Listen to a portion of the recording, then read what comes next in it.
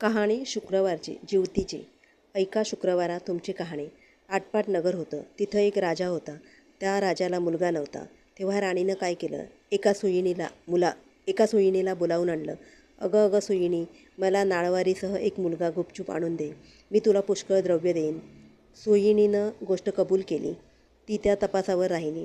गावात एक गरीब ब्राह्मणाची बाई गर्भार राहिली.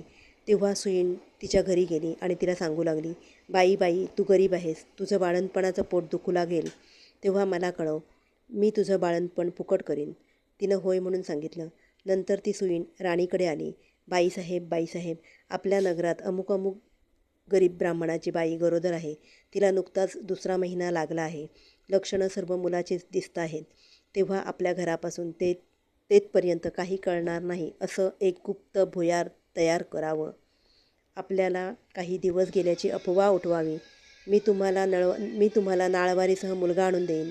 असं ऐकल्याबरोबर राणीला मोठा आनंद झाला आणि जसे जसे दिवस होत गेले त्याप्रमाणे डोहाळ्याचं उभं केलं.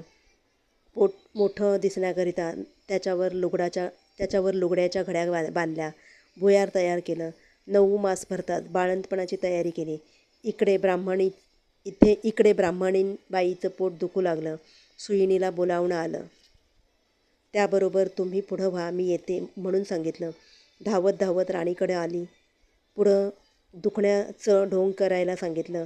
नंतर ब्राह्मणाच्या घरी आली. बाई, तुझी पहिली खेप, डोळे बांधलेस तर भिणार नाहीस, नाही बांधलेस तर भय वाटेल असे सांगून तिचे डोळे बांधले. ती बाळंत झाली. मुलगा झाला. सुईणीनं एका दासीकडून भुयाराच्या वाटेनं मुलगा राणीकडे पाठविला व तिनं एक वरवंटा घेऊन त्यास एक कुंचा बांधला आणि तिच्या पुढे ठेवला. मग बाईचे डोळे सोडले. तुला वरवंटाच झाला असं सांगू लागली. तिनं नशिबाला बोट लावलं. मनामध्ये दुःखी झाली. सुईण निघून राजवाड्यात गेली. राणीसाहेब बाळंतीण झाल्याची बातमी पसरली. मुलाचं कोडकौतुक होऊ लागलं.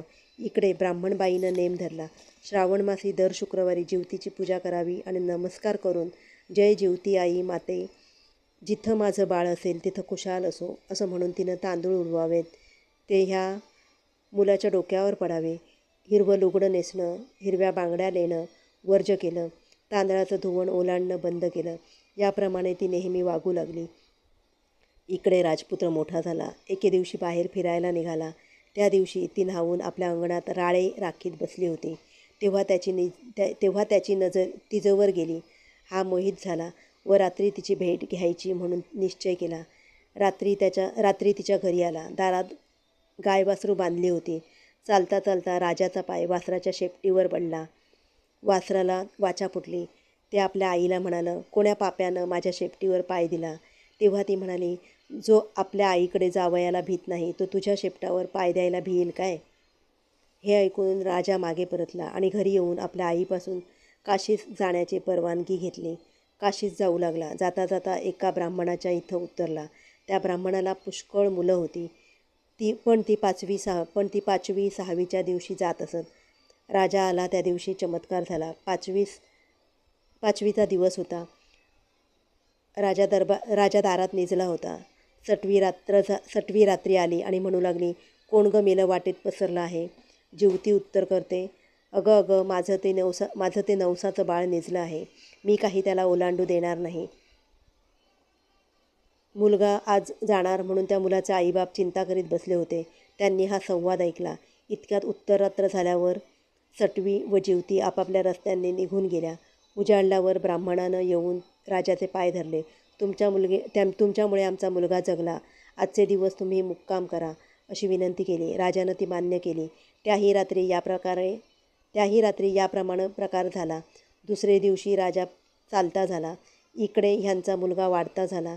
पुढं काशीत गेल्यावर यात्रा केली. गयावर्जनाची वेळ आली. पिंड देतेवेळी ते घ्यायला 2 हात वर आले.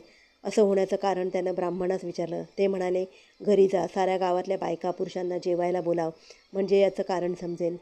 मनात मोठी चुटपुट लागली. घरी आला. मोठ्या थाटानं सामदं केलं. त्या दिवशी शुक्रवार होता. गावात ताकीद दिली, घरी कोणी चूल पेटवू नये, सगळ्यांनी जेवायला यावं. ब्राह्मणीला मोठं संकट पडलं. राजाला निरोप धाडला, मला जिवतीचं व्रत आहे, माझे नेम पुष्कळ आहेत, ते पाळाल तर जेवायला येईन. राजानं कबूल केलं. जिथं तांदळाचं धुवण होतं ते काढून तिथं त्यावरून ती आली. हिरव्या बांगड्या भरल्या नाहीत, कारल्याच्या मांडवाखालून गेली नाही. दरवेळेस जिथं माझं बाळ असेल तिथं खुशाल असो असं म्हणे. पुढं पानं वाढली, मोठा थाट जमला. राजानं तूप वाढायला घेतलं. वाढता वाढता ही ज्या पंक्तीत बसली होती तिथं आला. तूप वाढू लागला. ईश्वरी चमत्कार झाला. बाईला प्रेम सुटून पान्हा फुटला. तिच्या स्तनातून दुधाच्या धारा फुटल्या. त्या ह्याच्या तोंडात उडाल्या. हातची तपेली ठेवून रुसून निजला. काही केल्या उठेना. तेव्हा आई गेली. त्याची समजूत करू लागली. तो म्हणाला, असं होण्याचं कारण काय? तिनं सांगितलं, ती तुझी खरी आई आहे. मी तुझी मानलेली आई आहे असं सांगून सर्व हकीकत सांगितली. नंतर भोजनाचा समारंभ केला. पुढं त्यानं आपल्या आईबापास राजवाड्यानजीक मोठा वाडा बांधून देऊन त्यांच्यासह आपण राज्य करू लागला. तर जशी तिला जीवती प्रसन्न झाली तशी तुम्हा आम्हा हो ही 60 उत्तरांची कहाणी